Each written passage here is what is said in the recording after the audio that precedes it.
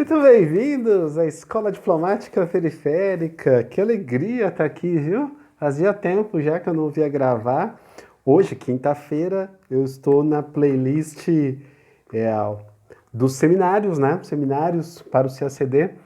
E no último sábado nós fizemos a reunião e foi a minha vez de apresentar o que eu tinha aprendido. Então, estou aqui para trazer para vocês o que eu aprendi sobre a banca e o conteúdo de economia e vim aqui conversar com vocês sobre os estudos para o concurso nessa banca examinadora específica de economia. E aí, vamos conversar um pouco sobre a banca examinadora de economia? Pois é, lá na reunião, aliás, queria convidar você. Essa playlist ela é baseada nas reuniões que nós fazemos todos os sábados às 14 horas pelo Meet. Então você fica convidado, você fica convidada para participar dos seminários para o CACD. E aí você escolhe um tema e a partir desse tema nós somos todos ouvidos no dia da reunião. Se você quiser, você pode gravar um vídeo sobre as nossas conversas e apresentar aqui para nós. Eu decidi gravar, escolhi, achei que nós tivemos uma boa reunião no sábado e valeria a pena trazer o conteúdo do que nós aprendemos colaborativamente lá. Eu propus uma discussão, olha só, sobre uma obra do Menkyo. Geralmente a obra mais conhecida para o CACD é uma obra de introdução a micro e macro. Eu trouxe uma outra obra, eu trouxe uma obra do Menkyo só de macroeconomia, da 8ª edição, ou seja, depois da crise financeira de 2008, né? Porque é bem verdade que nós tivemos um marco em 2008 para a economia internacional, então era importante encontrar um conteúdo de economia que refletisse a crise financeira, porque foi uma crise financeira, inclusive, que atingiu os grandes centros, né? Então, eu escolhi a obra do Menkyo que fosse depois de 2008 e também que falasse apenas de macroeconomia. Lembrando que a prova do CACD, para você que não sabe e não conhece muito bem assim a prova do CACD, você vai encontrar o conteúdo de economia tanto na primeira quanto na terceira fase.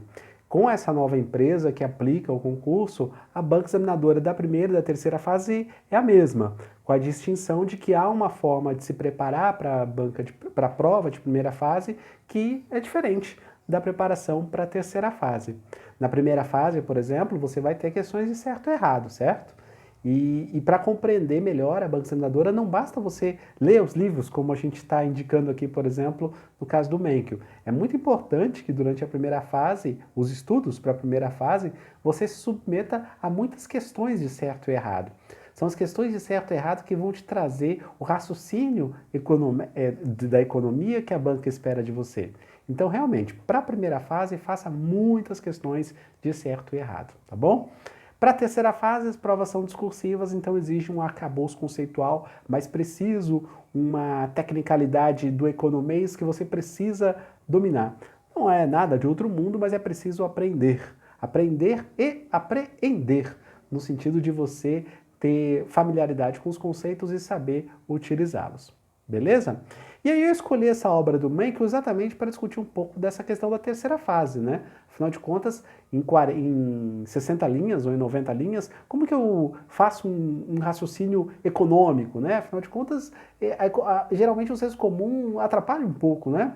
Ou aquele conteúdo de PI dentro dos termos que a política internacional exige, não ajuda muito você a fazer um conteúdo de economia, né? Daí a importância dos conceitos, né, gente? Se você tem apropriado os conceitos, se você sabe quais são os conceitos e como se aplicam os conceitos, pronto. A prova de economia está resolvida, para usar um termo aí de resolução de questões. Agora, fácil de falar, não tão fácil, nem tão fácil de executar assim, sabemos, né? Minha sugestão é que você comece com o livro do Menkyo, da 8ª edição, sobre macroeconomia, por uma série de razões que a gente discutiu no sábado. E a primeira das razões é em relação exatamente aos conceitos que o Menkyo traz para a macroeconomia, que você vai poder utilizar não só para responder a prova de macroeconomia, desse arcabouço, né, de economia, mas esses conceitos serão úteis também para você responder as questões de economia internacional, economia aberta, não é mesmo? Olha aí o conceito, economia aberta, muito bem. E aí você usa os mesmos conceitos da macroeconomia. E você, claro, pode usar também esses conceitos para responder as provas, as questões de história econômica, econômica. Sim, as questões de história econômica não vão se valer dos conteúdos, ou melhor, dos termos da historiografia, né? Lá da prova de História do Brasil, ou de HPEB. Numa prova de economia, espera-se de um candidato de terceira fase que se refira aos termos próprios da história econômica. Então, a macroeconomia, ela acaba te ajudando para responder as questões de macro e também para te responder as questões de economia internacional e de história econômica brasileira, beleza? Então, vale a pena começar por macroeconomia. Essa foi a primeira coisa que eu aprendi no sentido de estudar o conteúdo de economia. Lembrando que ao estudar macroeconomia, há uma distinção entre estudar macroeconomia para a primeira fase e para a terceira fase, beleza? Falando em lição que a gente aprendeu, esse livro do Menck é muito interessante também por uma segunda razão. Sabe, ele faz uma síntese dos fundamentos da economia que eu achei muito interessante, gente. É claro, se você pensasse em toda a teoria econômica, você vai, se você já estudou sobre para o concurso especialmente, você vai ver que há uma miríade de conceitos, ou seja, há muitos conceitos, diversos conceitos, e se a gente não estiver familiarizado com os fundamentos, com a base, com a síntese, pode ser que a gente coloque fundamentos em lugar que não está bem conceituado, não está bem apropriado. Você quer um exemplo? Um conceito famoso da economia é o conceito de longo prazo, curto prazo, que é o tal do horizonte temporal, né? O que significa longo prazo para a macroeconomia? Longo prazo para a macroeconomia tem um significado muito específico que é, inclusive, diferente do longo prazo para a microeconomia. Isso vale para curto prazo também. O que significa curto prazo em economia? Também tem um significado diferente do que significa curto prazo para a microeconomia. E aqui eu não quero dar spoiler, porque eu quero que você venha ao livro, não vou dizer para você o significado, exatamente para te convidar a participar das nossas reuniões às 14 horas e também para você poder se apropriar da obra, tá bom? Então fica aí a minha dica, livro do Menck, 8ª edição, para estudar macroeconomia, que te ajuda a estudar também economia internacional e história econômica. Aliás, essas lições fundamentais estão bem explicadas nessas obras e no próximo sábado a gente vai falar sobre essa primeira lição fundamental que o Menck descobriu. Você desconfia qual seja essa primeira lição fundamental da macroeconomia?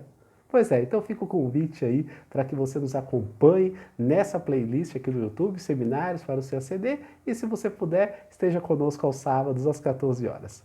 Passei para deixar esse recado, esse convite para você ler a obra e participar também do grupo de ensino da Escola Diplomática Periférica. É isso, um grande abraço e até o próximo vídeo.